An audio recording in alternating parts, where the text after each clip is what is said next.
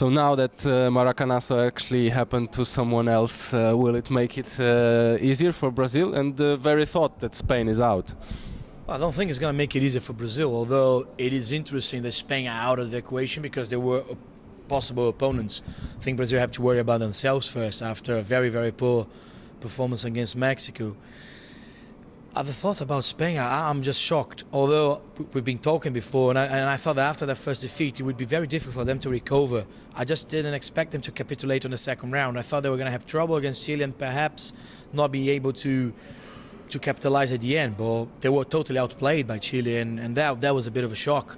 Maybe that's the end of an era. Maybe they never really recovered psychologically, but it's a mystery.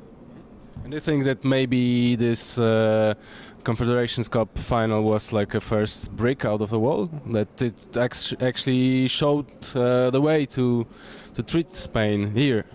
I think the first, the first crack on the wall was basically when Barcelona were nullified by Bayern Munich in the Champions League semi-final last year. 7-0 aggregate score. People pretty much checked out. Oh, okay, that's how we played them. We just kind of like bully them with high pressing, and very intense kind of game. And obviously Brazil saw that and managed to do that to Spain. Although it was pretty much the Barcelona team. No system is eternal. Those were the first signs, the first signals that they needed to change something, but they didn't, and that they had to pay a big price at the end. But then it's easy for us to say that in hindsight because. Against Holland, they scored first. Villa could have scored a second, but he decided to try to chip the keeper, and he missed a good chance. Had Spain won the first half 2-0, I don't really believe Holland would come back. So it's a game of very, very narrow margins, and unfortunately, Spain paid the price.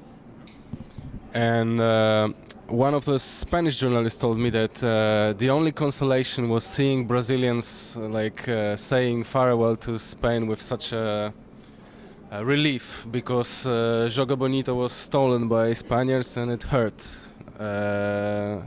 Did it hurt that much?